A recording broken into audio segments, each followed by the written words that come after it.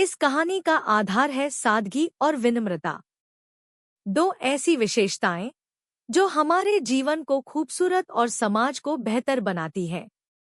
यह कहानी हमें दिखाती है कि भले ही हमारे पास कितनी भी संपत्ति, शक्ति या रुतबा क्यों न हो, असली सम्मान हमें हमारी सरलता और दूसरों के प्रति आदर से मिलता है। यह कहानी न केवल व्यक्तिगत बदलाव की है, बल्कि यह सिखाती है कि सच्चा सुख और सम्मान कैसे पाया जा सकता है। आइए, इस प्रेरणादायक कहानी के माध्यम से जानें कि सादगी और विनम्रता जीवन को कैसे सुंदर बना सकती हैं। गांव कोसली अपनी हरी-भरी वादियों और संपन्नता के लिए प्रसिद्ध था। गांव में दो लोग बहुत चर्चित थे।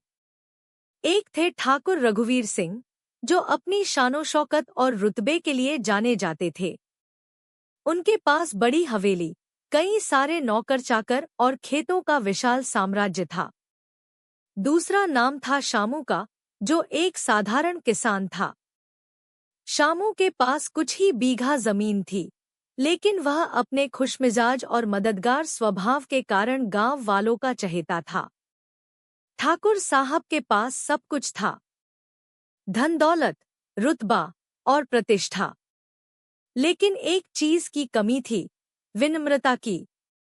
वह हमेशा अपने रुतबे और ताकत का प्रदर्शन करते थे। जब भी कोई गरीब उनके पास मदद मांगने आता, तो वह उसे दुत्कार देते। उनकी हवेली में दाखिल होने की हिम्मत करना भी छोटे किसानों के लिए मुश्किल था। ठाकुर साहब का मानना था कि दिखावे और ताकत से ही समाज में इज्जत मिलती है। उनकी अकड़ इतनी थी कि वह अपने नौकरों से भी कठोरता से पेश आते थे। गांव वाले उनसे डरते थे, लेकिन मन ही मन उनसे नाराज भी रहते थे। वहीं शामू का जीवन बिल्कुल विपरीत था। उसका खानपान, रहन-सहन साधारण था और वह हर किसी से बड़े आदर और प्रेम से बात करता। उसका खेत छोटा था, लेकिन उसकी मेहनत और समझदारी की वजह से वह हमेशा हर मौसम में अपनी फसल उगा लेता था। शामू का मानना था कि इंसान का असली मूल्य उसकी सादगी और विनम्रता में है। जब भी किसी को जरूरत पड़ती, वह अपनी फसल या समय से उनकी मदद करता। गांव वाले उसे बहुत मानते थे। एक साल गांव में सूखा पड़ गया। बारिश समय पर नहीं हुई और खेतों में पानी की कमी हो गई। बड़े-बड़े किसान, जिनके पास सैकड़ों बीघा जमीन थी, परेशान हो गए। फसलें सूखने लगी और मजदूर काम छोड़कर दूसरे गांवों में जाने लगे। ठाकुर साहब के खेत भी इससे अछूते नहीं रहे। उनके खेत में खड़ी फसलें पानी के बिना बर्बाद हो गईं।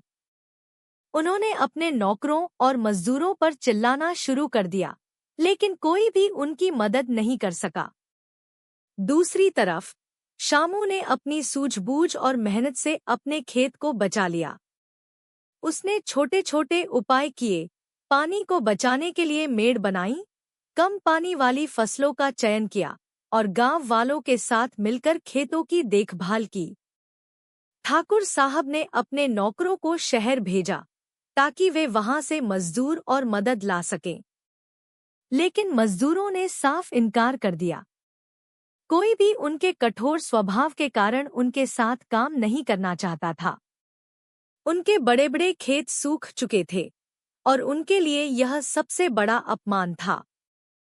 ठाकुर साहब ने सुना कि शामू ने अपने खेत बचा लिए हैं। यह सुनकर उन्हें बहुत हैरानी हुई। उन्हें समझ नहीं आया कि इतना साधारण किसान, जिसके पास संसाधन भी कम हैं, उसने यह सब कैसे किया। एक दिन ठाकुर साहब शामू के घर पहुंचे। शामू का घर साधारण था। मिट्टी की दीवारें, खपरेल की छत। शामू ने उन्हें देखकर नम्रता से सिर झुका दिया और कहा, ठाकुर साहब, आइए। हमारे घर को आपका सौभाग्य प्राप्त हुआ। ठाकुर साहब ने अंदर कदम रखा।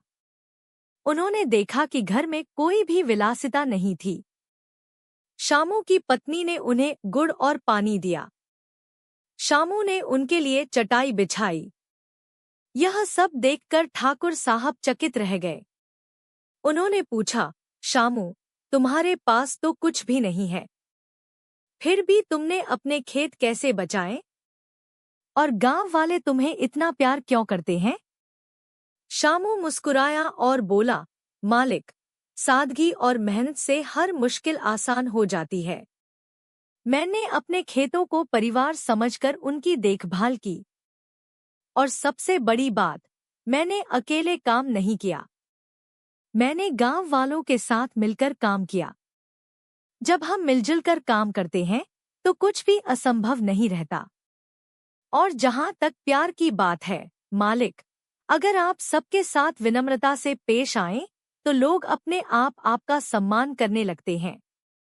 शामू की बातें सुनकर ठाकुर साहब को अपने जीवन की सच्चाई समझ में आई। उन्होंने महसूस किया कि उनका अहंकार ही उनकी सबसे बड़ी कमजोरी थी। उन्होंने सोचा, मैंने अपनी ताकत और रुतबे को सब कुछ मान लिया था, लेकिन असली ताकत तो सादगी और विनम्रता में है। उस दिन के बाद ठाकुर साहब का व्यवहार बदलने लगा। उन्होंने अपने नौकरों और गांव वालों के साथ प्यार और सम्मान से पेश आना शुरू किया। उन्होंने अपने खेतों की देखभाल के लिए खुद मेहनत करनी शुरू की। वह शामू से मिलने जाते और उससे सीखते। उन्होंने शामू को अपने खेतों का सलाहकार बना लिया। शामू ने भी पूरे मन से उनकी मदद की।